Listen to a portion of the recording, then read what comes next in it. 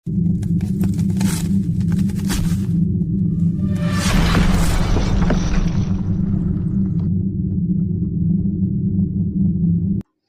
नमस्कार दोस्तों, मैं हूं आपका दोस्त राजकुमार और एक बार फिर से स्वागत करता हूं आपके अपने पसंदीदा यूट्यूब चैनल राज ऑनलाइन एजुकेशन ऐप के एक और ख़ास वीडियो में। ख़ास इसलिए दोस्तों क्योंकि इस वीडियो में आपको कुछ इंटरेस्टिंग चीज़ें आपको देखने को मिलेगी और काफ़ी दिनों से आप लोगों का कमेंट्स था कि सर बेरोज़गारी भत्ते में क्या क्या डॉक्यूमेंट्स लगते हैं, कैसे उसका फॉर्म ऑनलाइन भरते हैं। इसके बारे में मैंने 2 सेपरेट वीडियो बना दिए। ऑफलाइन फॉर्म कैसे भरोगे, इनकम सर्टिफिकेट वगैरह क्या क्या डॉक्यूमेंट्स लगेंगे, कैसे फिल करोगे, और मोबाइल से आप अपने फॉर्म को ऑनलाइन कैसे कर सकते हो घर बैठे। इस पे दोनों पे मैंने वीडियो बना दी, लिंक वीडियो को डिस्क्रिप्शन बॉक्स में है। आज का वीडियो इस टॉपिक पे रहेगा कि बेरोजगारी भत्ते में ऐसे कौन कौन से नियम है या जो नई गाइडलाइन है ये उसके तहत कौन कौन से नियमों को यदि आप फॉलो नहीं करते हो तो फिर आपका बेरोजगारी भत्ता बंद हो सकता है या फिर रिजेक्ट हो सकता है या फिर इस योजना से आप बाहर हो सकते हो। उन सभी टॉपिकों पे स्टेप बाय स्टेप प्रूफ के साथ मैं आपको सारी चीज़ें बताऊंगा। हालांकि वो एक अलग बात है कि काफ़ी लोग ऐसे थे जो पहले इन नियमों को फॉलो भी नहीं किया और फिर भी उनको बेरोजगारी भत्ता मिल गया और वो कंप्लीटली 2 साल आराम से अपना बेरोजगारी भत्ता लेके उनका 2 साल कंप्लीट हो गए, अभी भी काफ़ी ले रहे हैं। तो डिपेंड करता है आप पे कि आप इसका फॉर्म भरने से पहले एक बार ये वीडियो ज़रूर देख लें और वो नियमों को देख लें। हो सकता है जिनका फॉर्म वर्तमान में अप्रूव्ड है तो उनके ऊपर कार्रवाई हो या नहीं हो, वो डिपेंड करता है आपकी किस्मत पे, लेकिन जो नियम है वो इस वीडियो में मैं पूरे आपको बताने वाला हूँ। तो स्टेप बाय स्टेप पूरे नियमों को आप आराम से देखोगे और इस चीज़ को फॉलो भी आप करने का प्रयास करोगे। तो चलिए शुरुआत करते हैं, आगे पूरा वीडियो आप देखिएगा। तो दोस्तों इस वीडियो के अंदर कुछ स्लाइडें मैं आपको दिखाना चाहूँगा जो बेरोजगारी भत्ते के नियमों में जो परिवर्तन किए गए हैं, कुछ संशोधन हुए हैं, कुछ गाइडलाइनों में बदलाव किए गए हैं जिसके तहत बेरोजगारी भत्ते पे क्या इफेक्ट पड़ेगा यदि आप बेरोजगारी भत्ता भरना चाहते हो या फॉर्म भरने वाले हो या भर रखा है या फिर आपका फॉर्म वेरीफाई है, सबमिटेड है, अप्रूव्ड है। तमाम लोग इस वीडियो को स्किप बिल्कुल ना करें, इस वीडियो को एंड तक ज़रूर देखें। काफ़ी यूज़फुल इन्फॉर्मेशन इस वीडियो में मैं आपको देने वाला हूं। अब बेरोजगारी भत्ता इन लोगों को तो नहीं दिया जाएगा, बिल्कुल होगा जिनका चालू है उनका स्टॉप। गाइडलाइन को पूरा देखिएगा, फॉर्म भरने से पहले नियमों को जरूर देखें। अवहेलना करने पर आपके खिलाफ कानूनी कार्रवाई भी हो सकती है, तो बेरोजगारी भत्ता रिफंड भी करना पड़ सकता है विथ इंटरेस्ट। तमाम क्या है बिंदु, क्या है नियम, वो सारी बिंदुओं को अपन डिस्कस करेंगे, तो बने रहिए वीडियो के एंड तक। चलिए शुरुआत कर लेते हैं। पहले तो मैं आपको बता देता हूँ कुछ चीज़ें कि हमने साथियों एक टेलीग्राम जो व्हाट्सअप चैनल है वो हमने क्रिएट किया है, जिसके माध्यम से जितने भी आप हमारे बेरोजगारी भत्ते के व्हाट्सएप ग्रुपों में जुड़े हुए थे तो वहाँ जुड़े हुए तो ठीक है, अच्छी बात है, लेकिन एक कॉमन ग्रुप भी हमने ऐड किया है और एक चैनल बनाया है। ग्रुप नहीं, इसको चैनल कह सकते हैं, जिसपे लगभग काफ़ी फॉलोअर्स अब बढ़ चुके हैं। स्क्रीनशॉट पीछे का मैं आपको दिखा रहा हूँ। सबसे पहले जैसे ही लिंक वीडियो को डिस्क्रिप्शन बॉक्स में मैं टॉप में डाल दूंगा, उसको जाके आप देख लेना। तो फिर आपको यहाँ फॉलो पे क्लिक करना पड़ेगा। फॉलो क्लिक करने के बाद में यहाँ नोटिफिकेशन पे क्रॉस चिन्ह आ रहा है। क्रॉस चिन्ह पे जैसे ही आप दबाओगे तो नोटिफिकेशन ऑन हो जाएगा, जो भी लेटेस्ट अपडेट आएगी वो वीडियो के माध्यम से आपको मिलती रहेगी। तो चलिए शुरुआत करते हैं, आगे बढ़ते हैं, सारे बिंदु और सारे डाउट आपके क्लियर करते हैं। साथियों शुरुआत में कुछ बेरोजगारी भत्ता 3,000 और 3,500 के हिसाब से जब 2019 में ये योजना लागू हुई थी तो मिलते थे। उस वक्त कोई झंझट नहीं था, लेकिन अब इतने झंझट हो गए, इतने बैरिकेड लग गए कि एक छोटी सी मिस्टेक की वजह से आपका बेरोजगारी भत्ते योजना से आप बाहर हो सकते हो या फिर आपका भत्ता बंद हो सकता है। तो चलिए सारा कुछ डिटेल में बताऊंगा। अब बेरोजगारी भत्ते में काफ़ी स्टेप होती है, जैसे बैक टू सिटीजन हुआ, सबमिटेड हुआ, कॉल फॉर फिजिकल वेरिफिकेशन हुआ या फिर वेरीफाइड हुआ, अप्रूवल, रिजेक्ट, स्टॉप, ये 7 प्रकार की चीज़ें होती हैं जो बेरोजगारी भत्ते में अलग अलग लेवल पे अलग अलग स्टेपों को आपको फॉलो करना पड़ता है। इसमें 2 ही स्टेप बेरोजगारों की लिए अच्छी है, एक वेरीफाई और एक अप्रूव्ड। बाकी स्टेपों से बेरोजगारों को कोई लेना देना नहीं है। यदि बाकी चीज़ें आती हैं उनके भत्ते में तो फिर आपको प्रॉब्लम में वो डाल सकती है। तो चलिए अब जैसे मैं कॉल फॉर फिजिकल वेरिफिकेशन, यहाँ आप देखोगे नंबर 3 का जो बिंदु है उस पर मैं चर्चा कर देता हूँ कि ये क्यों आता है, कैसे आता है, इसका क्या प्रभाव पड़ता है। तो मैं आपको बता देता हूँ, कॉल फॉर फिजिकल वेरिफिकेशन जब आता है जब आपका फॉर्म अप्रूव्ड, मतलब इसके अंदर दे रखा है कि approval has been form approval था उसके बाद में इनके पास कॉल फॉर फिजिकल वेरिफिकेशन आता है और इनको कहा जाता है कि सभी डॉक्यूमेंट्स लेकर रोजगार कार्यालय में संपर्क करें और एक डेट दी जाती है। यदि उस डेट तक आप नहीं पहुंचते तो फिर आपका भत्ता वैसे ही परमानेंटली से उसे रोजगार कार्यालय स्टॉप कर देता है। ये कॉल फॉर फिजिकल वेरिफिकेशन तब आता है जब आपके डॉक्यूमेंट्स में कोई डाउट या कोई संदेह उनको लगता है। अब रिजेक्ट क्यों होता है, स्टॉप क्यों होता है, वो दोनों चीज़ें भी मैं आपको यहाँ बता देता हूँ। जैसे स्टॉप का एक कारण है, आप यहाँ देखोगे कि इसके अंदर दे रखा है 29 अगस्त 2024, 29 अगस्त 2024 का ये स्टॉप किया हुआ फॉर्म है चूरू से। और इसके अंदर रीज़न भी दे रखा है कि आपने प्राइवेट जॉब कर रहे हो इसलिए आपका भत्ता परमानेंट रूप से बंद किया जाता है।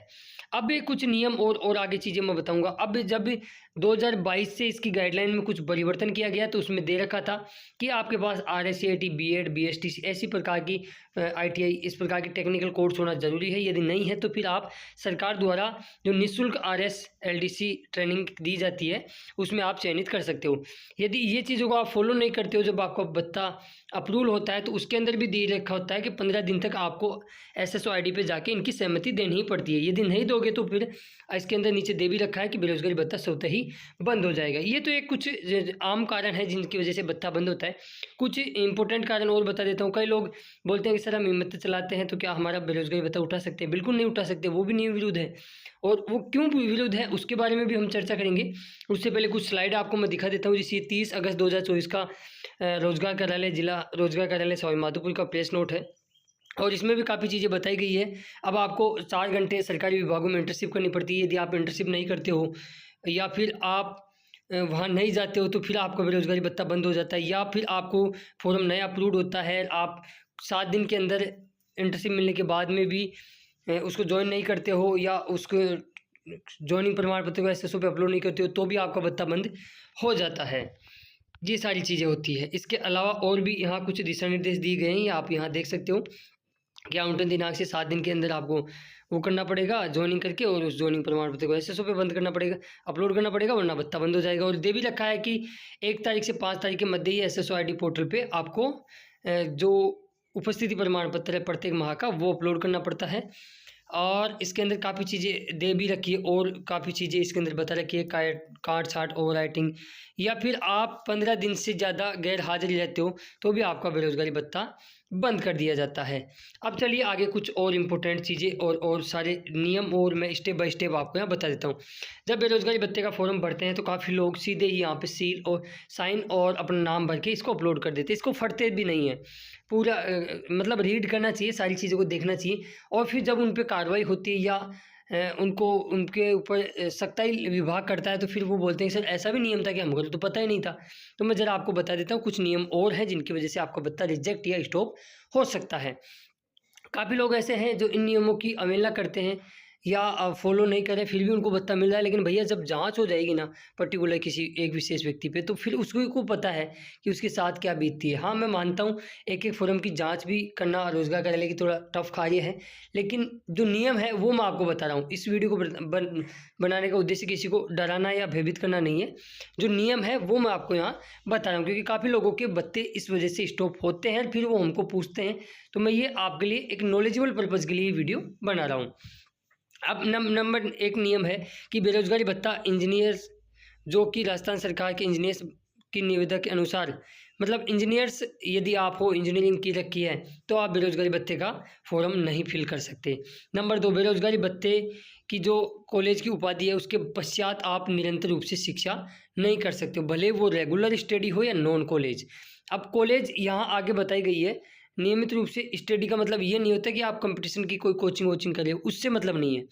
आप कॉलेज वगैरह नहीं करते रहना चाहिए। नंबर 3 की हम बात करें, इसके अंदर दे रखा है कि इस प्रकार के बेरोजगार ग्रेजुएट युवा जो अन्य योजनाएं जैसे प्रधानमंत्री ग्रामीण सुरक्षा योजना या फिर मनरेगा में यदि आपने बेरोजगार अभ्यर्थी ने इस योजना का लाभ पंजीयन करा लिया है या फिर आपने वहाँ हाजिरी वगैरह अपलोड करवा ली है तो फिर आपका बेरोजगारी भत्ता बंद कर दिया जाएगा। तो इस चीज़ का आप ध्यान रखें। ऐसे बेरोजगार ग्रेजुएट जो जिनकी परिवार की वार्षिक आय 2 लाख से अधिक है तो भी आपका बेरोजगारी भत्ता बंद किया जा सकता है। इसके अलावा इसके अंदर दे रखा है कि बेरोजगारी भत्ता योजना यानी मुख्यमंत्री युवा संबल योजना, जो पूर्व में अक्षय योजना के नाम से जाना जाती थी 2007 के अंदर, और अक्षय कौशल योजना 2009 के अंदर, तो उस दौरान यदि आपने भत्ता उठा रखा है तो भी आपको बेरोजगारी भत्ता नहीं मिलेगा। इसके अंदर और चीज़ें दे रखी है नंबर 6 में, जिनको किसी सरकारी विभाग या संस्था में पदमुक्त कर दिया गया हो, यानी उसके खिलाफ कोई कानूनी कार्रवाई या पद से हटा दिया गया हो, गवर्नमेंट जॉब कर रहे थे वहाँ से आपको हटा दिया, या आपके खिलाफ एफआईआर दर्ज हो गई, आपके खिलाफ विरुद्ध आपराधिक प्रकरण दर्ज है, तो भी आप बेरोजगारी भत्ते का लाभ नहीं ले सकते हो। जो सरकारी एवं निजी क्षेत्र में सेवारत हैं या स्वयं का रोजगार करते हैं, मतलब आप कोई प्राइवेट जॉब करते हो या आप एक तरह से कहीं जॉब कर रहे हो, तो उसका जो एक तरह से पीएफ ऐसा ही होता है वो कटता है और उसी अकाउंट में आपकी सैलरी आती है, तो भी आपकी प्रॉब्लम हो सकती है और आपका बेरोजगारी भत्ता बंद हो सकता है बहुत से में। हाँ, हालांकि ये अलग बात है कि काफ़ी परसेंट युवा इन नियमों को यदि गहनता से जांच की जाए तो आज की डेट के अंदर उनके भत्ते बंद हो सकते हैं, लेकिन उठा रहे हैं वो एक अलग बात है, लेकिन जो नियम है उनको बताना भी एक अत्यंत आवश्यक कार्य हो जाता है। इसके अंदर दे रखा है आगे, जो केंद्र या राज्य सरकार की किसी भी अन्य योजना, छात्रवृत्ति, सहायता या लाभ प्राप्त कर रहे हैं, जैसे किसी भी ऐसा योजना जिसके तहत छात्रवृत्ति मिलती हो आपको, या कोई अन्य सहायता, आर्थिक सहायता मिल रही हो या प्राप्त कर रहे हो, तो वो भी इस योजना में पात्र नहीं माने गए हैं। और इसके अलावा बताया गया है कि मेरे परिवार में मेरे सहित अधिकतम 2 व्यक्ति ही इस योजना का लाभ ले सकते हैं, भले ही वो 2007 वाली अक्षय योजना हो या अक्षय कौशल योजना 2009 हो।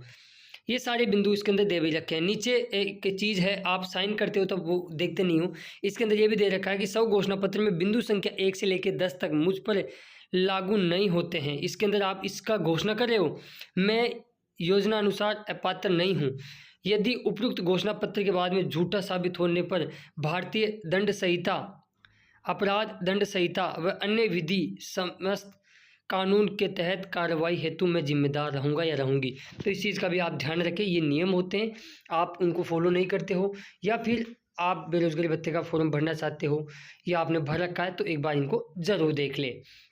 हालांकि वो अलग बात है कि आप अपने रिस्क पे फॉर्म भरना चाहते हो, तो वो एक डिपेंड करता है। हालांकि काफ़ी लोगों ने इन नियमों को फॉलो नहीं किया, फिर भी उन्होंने भत्ता उठा लिया या उठा रहे हैं, तो ये एक अलग बात है। ये सारी चीज़ें यहाँ हो जाती है। अब मैं आपको यहाँ बता देता हूँ दोस्तों, इनकी वजह से आपका भत्ता स्टॉप या रिजेक्ट हो सकता है। अब मैंने आपको 3 प्रोसेस बता दी है, रिजेक्ट, स्टॉप और कॉल फॉर फिजिकल वेरिफिकेशन। ये तीनों ही आपके लिए फ़ायदेमंद नहीं है, यानी ये इस योजना से बाहर कराती है। अब स्टेप बचती है वेरीफाई, अप्रूवल, सबमिटेड और सेंड बैक।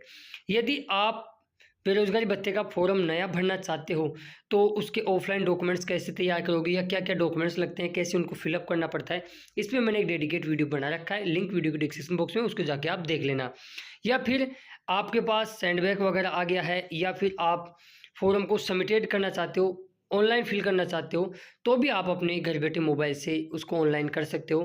कैसे कैसे स्टेप आपको फॉलो करनी पड़ेगी, उसमें मैंने एक डेडिकेट वीडियो बना रखा है कि बेरोजगारी भत्ते का फॉर्म ऑनलाइन घर बैठे मोबाइल से कैसे भरे, उसका भी लिंक वीडियो के डिस्क्रिप्शन बॉक्स में मैंने डाल रखा है, उसको जाके आप आराम से फॉर्म को फिलअप कर सकते हो। तो यहाँ सबमिटेड की बात हो जाती है, ठीक है। सेंडबैक भी नहीं आएगा यदि आपने ऑफलाइन फॉर्म कैसे भरते हैं, इनकम सर्टिफिकेट या क्या क्या डॉक्यूमेंट्स लगते हैं उसको देख लिया, तो सेंडबैक से भी आपको मुक्ति मिल जाएगी और सबमिटेड का काम हो गया। सीधा आपका फिर उनको देखने के बाद स्टेप को फॉलो करोगे आप, तो आपका सीधा फॉर्म वेरीफाई हो जाएगा और कुछ महीनों के बाद में आप देखोगे कि आपका बेरोजगारी भत्ता अप्रूव होने के बाद में आपको मिलना शुरू हो जाएगा। तो ये कुछ नियम थे जो बेरोजगारी भत्ते में बदल गए हैं या काफ़ी लोगों को पता नहीं है। काफ़ी लोग मुझे कमेंट्स करते रहते हैं कि सर एक बार बेरोजगारी भत्ते के क्या क्या मतलब कौन कौन भर सकता है, कौन नहीं भर सकता, कौन पात्र है पात्र है, इसके बारे में एक डेडिकेट वीडियो बनाइएगा और हमको बताइएगा। मैंने सारा कुछ यहाँ आपको स्टेप बाय स्टेप बिल्कुल पॉइंट टू पॉइंट बता दिया है। फिर भी यदि आपका कोई डाउट रह जाता है मुझे कमेंट्स बॉक्स में कमेंट्स कर देना, नेक्स्ट वीडियो में आपके वो डाउट हम क्लियर करने की कोशिश करेंगे। तो आई होप दोस्तों आपने पूरा वीडियो देख लिया होगा, और वीडियो देखने के बाद में यदि आपको वीडियो ज़रा सा भी पसंद आया हो या फिर आपको लगा हो कि मैंने सारी चीज़ें आपको बता दी है, फिर भी यदि कोई आपका बेरोजगारी भत्ते से रिगार्डिंग कोई डाउट रह जाता है तो मुझे कमेंट्स बॉक्स में कमेंट ज़रूर कीजिएगा। इस वीडियो को बनाने का उद्देश्य केवल आपको नॉलेजेबल इन्फॉर्मेशन या फिर जो सरकार के जो नियम थे उनको बताना मेरा उद्देश्य था। इस वीडियो को बनाने का उद्देश्य किसी को डराना या भयभीत करना बिल्कुल भी नहीं है। एक नॉलेजेबल पर्पज से बनाया गया है। और जिन साथियों ने अभी तक चैनल को सब्सक्राइब नहीं किया जरूर कर लें, नोटिफिकेशन बेल को दबा के ऑल पे क्लिक कर लें, क्योंकि हम राजस्थान बेरोजगारी भत्ते से रिगार्डिंग हर एक अपडेट सबसे पहले और सटीक इन्फॉर्मेशन आप तक लाते रहते हैं और आपको अवेयर करते रहते हैं, ताकि आपके बेरोजगारी भत्ते में किसी प्रकार की रुकावट उत्पन्न नहीं हो। मिलेंगे नेक्स्ट वीडियो में ऐसे किसी खास अपडेट के साथ, तब तक के लिए जय हिंद, जय भारत, जय राजस्थान। धन्यवाद दोस्तों वीडियो देखने के लिए।